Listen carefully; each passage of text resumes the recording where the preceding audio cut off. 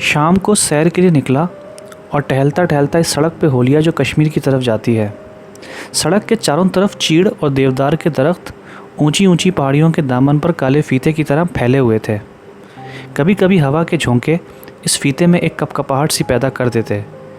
میرے دائیں ہاتھ کو ایک اونچا ٹیلا تھا جس کے ڈھلانوں میں گندم کے ہرے پودے نہایت ہی مدھم سرسراہٹ پیدا کر رہے تھے۔ یہ سرسراہٹ کانوں کو بہت بھلی معلوم ہوتی تھی۔ آنکھیں بند کر لو تو یوں معلوم ہوتا تھا کہ تصور کے گدگدے قالینوں پر کئی کنواریاں ریشمی ساڑی پہنے چل رہی ہیں۔ ان ڈھلانوں کے بہت اوپر چیڑ کے اونچے اونچے درختوں کا ایک ہجوم تھا۔ بائیں طرف سڑک کے بہت نیچے ایک چھوٹا سا مکان تھا جس کو جھاڑیوں نے گھیر رکھا تھا۔ اس سے کچھ فاصلے پر پست قد جھونپڑے تھے جسے کسی حسین چہرے پر تل۔ ہوا گیلی اور پہاڑی گھاس کی بھینی بھینی باسیں لدی ہوئی تھی۔ مجھے سیر میں ایک ناقابل بیان لذت محسوس ہو رہی تھی۔ آسمان پر بادل کے سفید ٹکڑے پھیلے ہوئے بادبان معلوم ہوتے تھے جن کو ہوا ادھر سے ادھر دھکیل رہی تھی۔ سامنے پہاڑ کی چوٹی پر ایک قد آور درخت بڑے باوقار انداز میں سنتری کی طرح اکڑا ہوا تھا۔ اس کے پیچھے بادل کا ایک ٹکڑا جھوم رہا تھا۔ بادل، یہ دراز قد درخت اور پہاڑی تینوں مل کر بہت بڑے جہاز کا منظر پیش کر رہے تھے۔ میں نیچر کی تصویر کشی کو بے خود ہو کر دیکھ رہا تھا کہ دفاتن لاری کے ہارن نے مجھے چونکا دیا۔ خیالوں کی دنیا سے اتر کر میں آوازوں کی دنیا میں آ گیا۔ من کی آنکھیں بند ہو گئیں، مساموں کے سارے کان کھل گئے۔ میں فوراً سڑک کے ایک طرف ہٹ گیا۔ لاری پرکار کی طرح بڑی تیزی سے موڑ کے نصف دائرے پہ گھومی اور ہانپتی ہوئی میرے پاس سے گزر گئی۔ ایک اور لاری گزرنے پر موڑ کے عقب سے 5-6 گائیں نمودار ہوئیں جو سر لٹکائے ہولے ہولے چل رہی تھیں۔ میں اپنی جگہ کھڑا رہا۔ جب یہ میرے پاس سے گزر گئیں تو میں نے قدم اٹھایا اور موڑ کی جانب بڑھا۔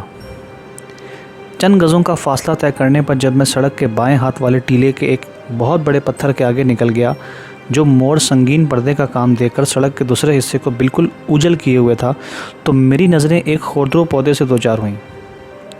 وہ جوان تھی، اس گائے کی طرح جوان جس کے پٹھے جوانی کے جوش سے پھڑک رہے تھے اور جو اس کے پاس اپنے اندر ہزاروں کپکپاہٹیں لیے گزر رہی تھی۔ میں ٹھہر گیا۔ وہ ایک ننھے سے بچھڑے کو ہانک رہی تھی۔ 2-3 قدم چل کر بچڑا ٹھہر گیا اور ایسا جما کہ ہلنے کا نام نہ لیا۔ لڑکی نے بتیرا زور لگایا، لاکھ جتن کیے، وہ ایک قدم آگے نہ بڑھا اور کان سمیٹ کر ایسا خاموش ہوا گویا وہ کسی کی آواز ہی نہیں سنتا۔